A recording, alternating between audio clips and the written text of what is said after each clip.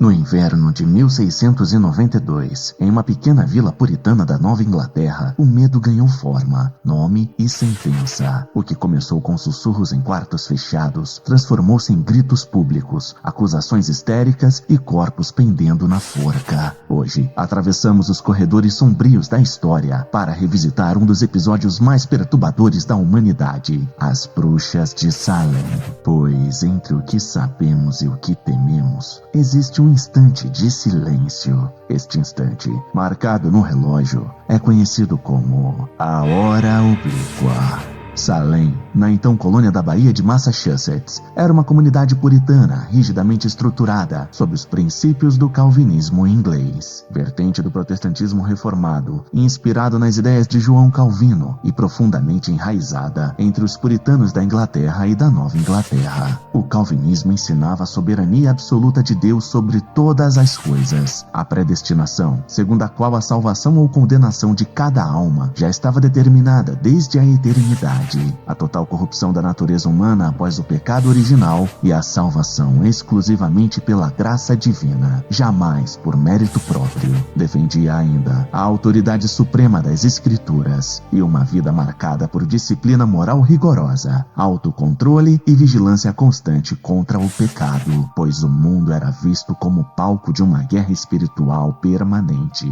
entre Deus e Satanás. Neste contexto, a vila, hoje conhecida como Salem Village, atual Danvers, vivia sob a autoridade espiritual de ministros, como o reverendo Samuel Parris, cuja pregação enfatizava incessantemente a presença ativa do diabo na vida cotidiana. Para os puritanos, Satanás não era metáfora nem alegoria, era um agente real, operando nas florestas densas da Nova Inglaterra, nos conflitos com povos indígenas, nas doenças inexplicáveis, nas colheitas fracassadas e nas tragédias familiares. A vida diária era atravessada por jejuns, longos sermões, exame de consciência e vigilância moral rigorosa entre vizinhos. A leitura da Bíblia era literal, severa, aplicada à existência prática. O mundo não era neutro, era um campo de batalha invisível. Em 1691 e 1692, essa mentalidade já tensionada enfrentava a instabilidade política. A antiga carta colonial havia sido revogada pela coroa inglesa, gerando incerteza administrativa, além dos traumas recentes das guerras fronteiriças contra franceses e povos indígenas do norte.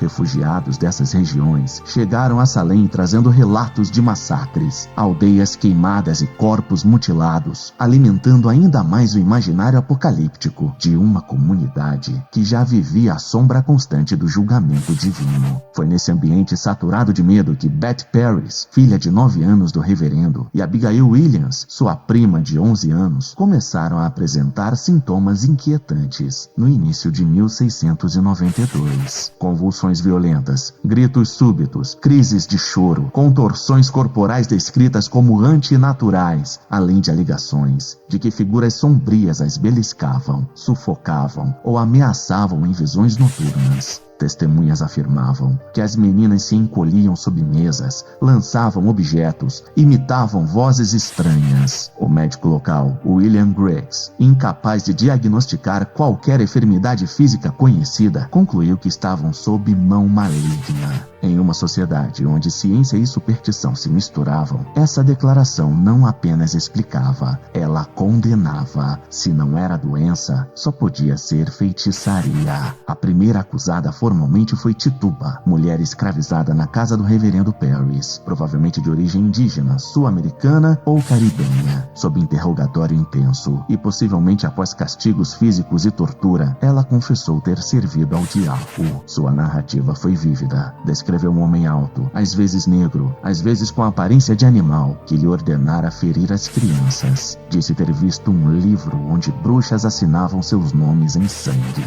Afirmou também que havia outras servas do maligno na vila. Sua confissão não foi apenas um ato de submissão, foi o combustível que incendiou a imaginação coletiva. Ao confirmar o que todos temiam, Tituba transformou suspeita em convicção. Outras mulheres marginalizadas logo foram acusadas. Sarah Good, mendiga pobre e grávida. Sarah Osborne, idosa envolvida em disputas de terra. Ambas negaram as acusações, mas a engrenagem já estava em movimento.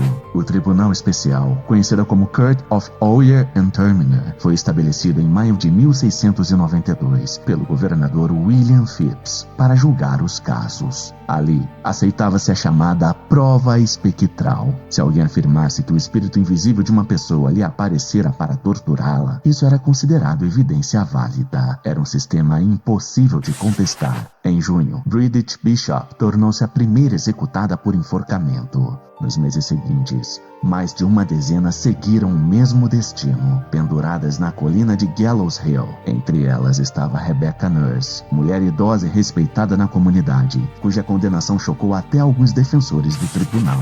Em setembro, Giles Corey, agricultor de 81 anos, recusou-se a declarar-se culpado ou inocente pela lei inglesa. Isso impediu o julgamento. Como punição, foi submetido a peine forte endure. Pedras pesadas foram empilhadas sobre seu peito nu, enquanto lhe exigiam uma confissão. Segundo relatos, suas últimas palavras foram mais peso. Ele morreu esmagado após dias de agonia. Ao todo, 19 foram enforcados, um esmagado, e pelo menos 5 morreram nas prisões frias e insalubres, onde correntes, fome e doenças completavam a sentença. O horror de Salem, porém, ultrapassa as execuções. Ele se revela na rapidez com que o medo corroeu laços sociais. Crianças acusaram suas próprias mães, maridos testemunharam contra esposas, disputas por herança e terras ressurgiram sob o disfarce de zelo espiritual. Estudos históricos indicam que muitas das famílias acusadas estavam envolvidas em conflitos econômicos ou políticos locais. O medo do diabo ofereceu uma linguagem moral para rivalidades humanas. Psicologicamente, o episódio é frequentemente citado como exemplo clássico de histeria coletiva ou pânico moral, quando crenças compartilhadas e ansiedade social amplificam comportamentos até que pareçam provas irrefutáveis. Teorias posteriores tentaram explicar os sintomas iniciais. Em 1976, a pesquisadora Linda Corporell sugeriu que o consumo de centeio contaminado por ergot, fungo que pode causar convulsões e alucinações semelhantes ao LSD, poderia ter provocado os comportamentos das meninas. Outros historiadores argumentam que os sintomas eram consistentes com estresse pós-traumático, repressão emocional extrema ou até manipulação consciente,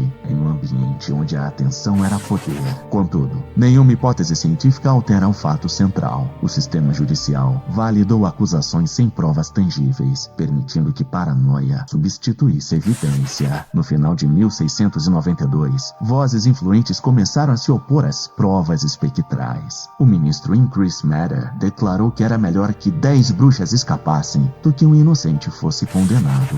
Gradualmente, o governo proibiu o uso dessas evidências. O tribunal foi dissolvido em 1693 e os prisioneiros remanescentes foram libertados. Anos depois, a colônia admitiu oficialmente o erro. Em 1711, algumas famílias receberam compensações financeiras. Em 1957, o estado de Massachusetts formalmente exonerou várias vítimas, e em 2001, todas as condenações restantes foram oficialmente anuladas. Ainda assim, o reconhecimento tardio não apagou o trauma coletivo nem devolveu as vidas perdidas. Salem tornou-se símbolo universal de caça às bruxas, expressão aplicada a perseguições políticas e morais ao longo dos séculos. A história reverbera como advertência. Sociedades sob estresse podem transformar suspeita em sentença. A fronteira entre fé e fanatismo, entre prudência e paranoia, pode se dissolver quando o medo domina a razão. Talvez o aspecto mais intrigante seja perceber que os executores não se viam como vilões. Acreditavam estar salvando sua comunidade do mal supremo.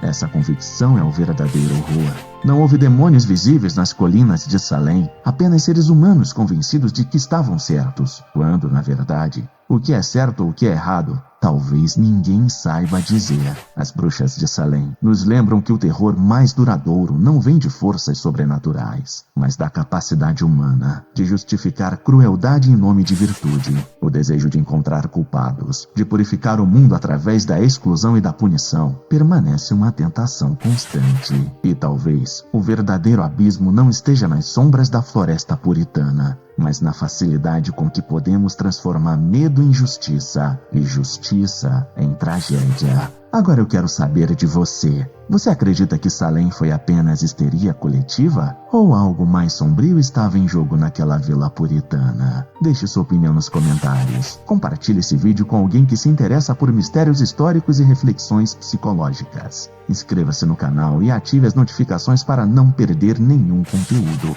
Mas o mistério não termina aqui. Ele apenas aguarda, inquieto, pela próxima Hora Oblíqua.